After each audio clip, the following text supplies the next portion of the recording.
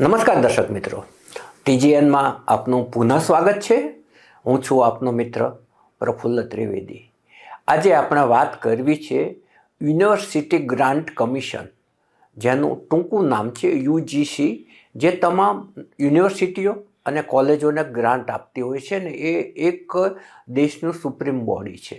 એણે જે 13 જાન્યુઆરીએ નિયમો બહાર પાડ્યા અને દેશભરની અંદર સવર્ણોમાં એની સામે જે રોષની લાગણી ફાટી નીકળી એ વિષય ઉપર આજે આપણે વાત કરવી છે. યુજીસીએ જે નવી જોગવાઈઓ બહાર પાડી, આ અંગે એક કમિટી નિમાઈ હતી ને એ કમિટીએ જે સૂચનો કર્યા એના આધારે જે કાંઈ નવા નિયમો એમણે બનાવ્યા, એ નવા નિયમો એવા બનાવ્યા હતા કે જેને કારણે વિદ્યાર્થીઓની અંદર ઉચ્ચ જ્ઞાતિનો વિદ્યાર્થી અને નીચેની જ્ઞાતિનો વિદ્યાર્થી એની વચ્ચે ભાગલા પડે એ પ્રકારના આખા નવા નિયમો એમણે સૂચિત કર્યા હતા. એમાં એમણે કહ્યું હતું કે એસસી, એસટી અને ઓબીસીનો વિદ્યાર્થી સવર્ણ વિદ્યાર્થીની સામે કોઈ ફરિયાદ કરે તો એ વિદ્યાર્થી સામે 7 દિવસની અંદર પગલાં લેવાના, 90 દિવસની અંદર એની સામે ગુનો દાખલ કરવાનો અને એ કોઈ હોસ્ટેલમાં રહેતો હોય તો હોસ્ટેલમાંથી અને કોલેજમાંથી એ વિદ્યાર્થીને કાઢી મૂકવાનો. આ જે જોગવાઈઓ જાહેર કરી એની સામે વાણિયા, બ્રાહ્મણ, પટેલ અને જે અન્ય સવર્ણ જ્ઞાતિઓ છે એની અંદર એક રોષની લાગણી ફાટી નીકળી હતી. અને આ નિયમ એકદમ તમે સામાન્ય નજરે જુઓ તો પણ જાતિ ભેદને ઉશ્કેરનારો આખો નિયમ હતો. યુજીસી જેવી જે બૌદ્ધિક લોકોની સંસ્થા છે, કોઈ નાની સંસ્થા નથી, જે પ્રોફેસરોને, યુનિવર્સિટીઓને, કોલેજોને ગ્રાન્ટ આપે છે ને એનું સુપ્રીમ બોડી છે અને ત્યાં બૌદ્ધિક લોકોની નિયુક્તિ થતી હોય છે. એ લોકો આવું નિમ્ન કક્ષાનું કઈ રીતે વિચારી શકતા છે એ બહુ મોટો પ્રશ્ન છે. એમાં આખા રીતસરના 2 ભાગલા પડી જતા હતા કે જે સવર્ણ જ્ઞાતિનો વિદ્યાર્થી છે એની સામે માટે નિયમો અલગ અને જે નીચેની જ્ઞાતિમાંથી આવતા વિદ્યાર્થીઓ છે ઓબીસી, એસસી ને એસટી એના માટેના નિયમો અલગ. ખરેખર ન્યાયસંગતતા એ હોવી જોઈએ કે જેને પીડિત છે કોઈ પણ જ્ઞાતિનો હોય તો એને ન્યાય મળવો જોઈએ. એ ઉચ્ચ જ્ઞાતિનો હોય કે નિમ્ન સ્તરમાંથી આવતી જ્ઞાતિનો હોય, એ જે પીડિત છે એને ન્યાય મળવો જોઈએ અને એ ન્યાયના ત્રાજવા કાટલા એક સમાન હોવા જોઈએ. બંધારણ પણ આ કહે છે કે તમામ લોકો, તમામ વ્યક્તિ છે, તમામ છે, પટ્ટાવાથી લઈને વડાપ્રધાન સુધી કાયદાની દ્રષ્ટિએ તમામ સમાન છે. તો એ જે બંધારણની ભાવના છે એનો પણ આમાં છેદ ઉડી જાય છે. એ આ અહીંયા યુજીસીમાં બેઠેલા લોકો સમજી શકતા નથી. એ બહુ આશ્ચર્યજનક છે. યુજીસીના સેક્રેટરીનો મેં ભૂતકાળમાં ઇન્ટરવ્યૂ લીધો તો બહુ ઇન્ટેલિજન્ટ લોકો ત્યાં બેઠા હોય છે અને એ લોકો આવા નિયમો ઘડીને આવ્યા છે જેની સામે દેશભરની અંદર રોષ ફાટી નીકળ્યો. અનેક શહેરોની અંદર કલેક્ટરોને, મામલતદારોને આવેદનપત્રો અપાયા, રેલીઓ નીકળી, અનેક લોકોએ પોતપોતાના પદ ઉપરથી આના વિરોધમાં રાજીનામા પણ ધરી દીધા. હવે આજે એક આ જે ઘટનાક્રમ છે એમાં એક સારો વળાંક આવ્યો છે અને એ વળાંક આપ્યો છે માનની સુપ્રીમ કોર્ટે. સુપ્રીમ કોર્ટને આજે જે વલણ છે એ સરાહનીય છે અને ખૂબ જ ન્યાયસંગત છે. સુપ્રીમ કોર્ટે આ કહ્યું છે કે આ નિયમો છે એ અમે સ્થગિત કરીએ છીએ અને નવા નિયમો ઘડવા માટેના નિર્દેશો પણ એમણે યુજીસીને આપી દીધા છે. સુપ્રીમ કોર્ટનું આજનું જે વલણ છે એ ખૂબ જ સરાહનીય છે અને દેશની અંદર જે ઉકળાટ ઊભો થયો હતો, 2 ભાગલા પડે એવી પરિસ્થિતિ થઈ હતી, એને આ જે સુપ્રીમ કોર્ટનું વલણ છે એનાથી ચોક્કસપણે બ્રેક લાગશે. માનનીય સુપ્રીમ કોર્ટના CJI સૂર્યકાંત અને જસ્ટિસ જોય માલ્યાની જે બેન્ચ છે એ બેન્ચે જે નોંધ કરી છે એ જે અત્યારે સામાન્ય લોકો વિચારતા હતા એ જ નોંધ એમના જે આજના શબ્દો છે એની અંદર પડઘાઈ છે, એમાં એ જ દેખાય છે.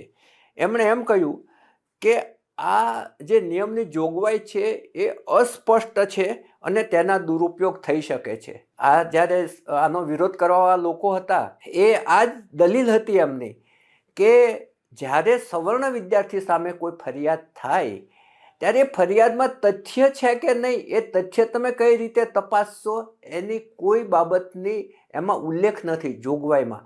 જો જોગવાઈ હોય તો બંને પક્ષે હોવી જોઈએ. કોઈ એક પક્ષીય હોય ત્યારે ચોક્કસપણે એ એક પક્ષીય જે લોકો છે એને અન્યાય કરતા થાય એ એક અત્યંત સ્વાભાવિક ક્રિયા છે. કોઈ સામાન્ય માણસ પણ આ જાણી શકે છે. સુપ્રીમ કોર્ટે આ નિયમોનો જે ડ્રાફ્ટ છે એ ફરીથી તૈયાર કરવાના નિર્દેશો આપ્યા છે અને CJI ચીફ જસ્ટિસ સૂર્યકાંત છે એમણે તો કેન્દ્રને પૂછ્યું છે કે આપણે જાતિ વિહીન સમાજની દિશામાં કેટલું હાંસલ કર્યું છે. જાતિ વિહીન આ જાતિને આ પેલી જાતિ એનાથી ઉપર ઉઠીને કામ કરવાની દિશામાં આપણે કઈ બાબત હાંસલ કરી છે એનો પ્રશ્ન છે એ કેન્દ્ર સરકારને પૂછ્યો છે. અને એમાં એમ પણ ઉમેર્યું છે કે શું આપણે ઉલટી દિશામાં ચાલી રહ્યા છીએ. એટલે આ જે નિયમો છે એ તો એનાથી ઊંધી દિશાના છે. આ તો જાતિવાદને પ્રાંતવાદને કોઈ પણ નિયમો હોય જ્યારે જાતિવાદને પ્રાંતવાદને ભાષાવાદને જો પ્રોત્સાહક હોય તો એ ચોક્કસપણે ભાગલા પાડનારા એ નિયમો હોય. એટલે સુપ્રીમ કોર્ટે એમ પણ કહ્યું છે કે જનરલ કેટેગરીની જે ફરિયાદો છે એનાથી અમને કોઈ ફરક નથી પડતો, પરંતુ મુદ્દો છે એ પીડિત જે હોય એને ન્યાય મળવો જોઈએ એ બાબતનો છે. એમણે એક એવો પણ દાખલો આપ્યો છે કે માની લો કે એક વિદ્યાર્થી છે ઉચ્ચ જ્ઞાતિનો છે અને એ ફ્રેશર છે, જુનિયર છે. હવે કોઈ સિનિયર વિદ્યાર્થી જે છે એ અનુસૂચિત જાતિનો છે અને એ એના પર રેગિંગ કરશે તો એ જે ફ્રેશર છે એ રેગિંગની ફરિયાદ કરવા જશે તો એ પોતે જ અપરાધીના પાંજરામાં આવી જશે. આ નિયમોથી આવી સ્થિતિ પેદા થઈ શકે એવું છે.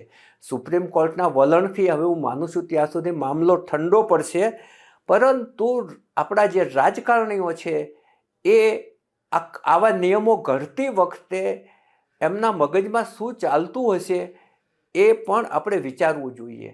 કારણ કે રાજકારણીઓ માણસને માણસ ગણવાના બદલે માણસને માત્ર અને માત્ર પોતાનો અને પોતાની પાર્ટીનો મત ગણે છે. એ માણસ એ જ્ઞાતિ એને ન્યાય અન્યાય કશું નથી વિચારતા. માત્ર તમામ જે નિર્ણયો લેવાય છે એ મતોની દ્રષ્ટિએ નિર્ણયો લેવાતા હોય છે. અત્યાર સુધી જે સવર્ણ વર્ગ છે એ ભારતીય જનતા પાર્ટીની આખી મત બેંક ગણાતી હતી. હવે ભારતીય જનતા પાર્ટીએ ઓબીસી SC STને પોતાનું આખું વિસ્તરણ કરવા માટે એ તરફ પણ નજર લઈ જાય છે, પરંતુ જે સવર્ણો છે એનાથી એને અન્યાય તો ચોક્કસપણે ના જ થવો જોઈએ. અને એ દિશામાં રાજકારણીઓ, શિક્ષણશાસ્ત્રીઓ, UGCમાં બેઠેલા વિદ્વાન લોકોએ વિચારવું જોઈએ અને કોઈ પણ નિયમ ઘડતી વખતે એની ન્યાયસંગતતા કેટલી છે એ એમણે વિચારવું જોઈએ. એક ફરિયાદ કરે અને એ ફરિયાદના આધારે બીજા ઉપર જે સજા થાય તો એ તમામ વર્ગ માટે, તમામ જ્ઞાતિ માટે, તમામ જાતિ માટે સરખી હોવી જોઈએ. એના નિયમો સરખા હોવા જોઈએ.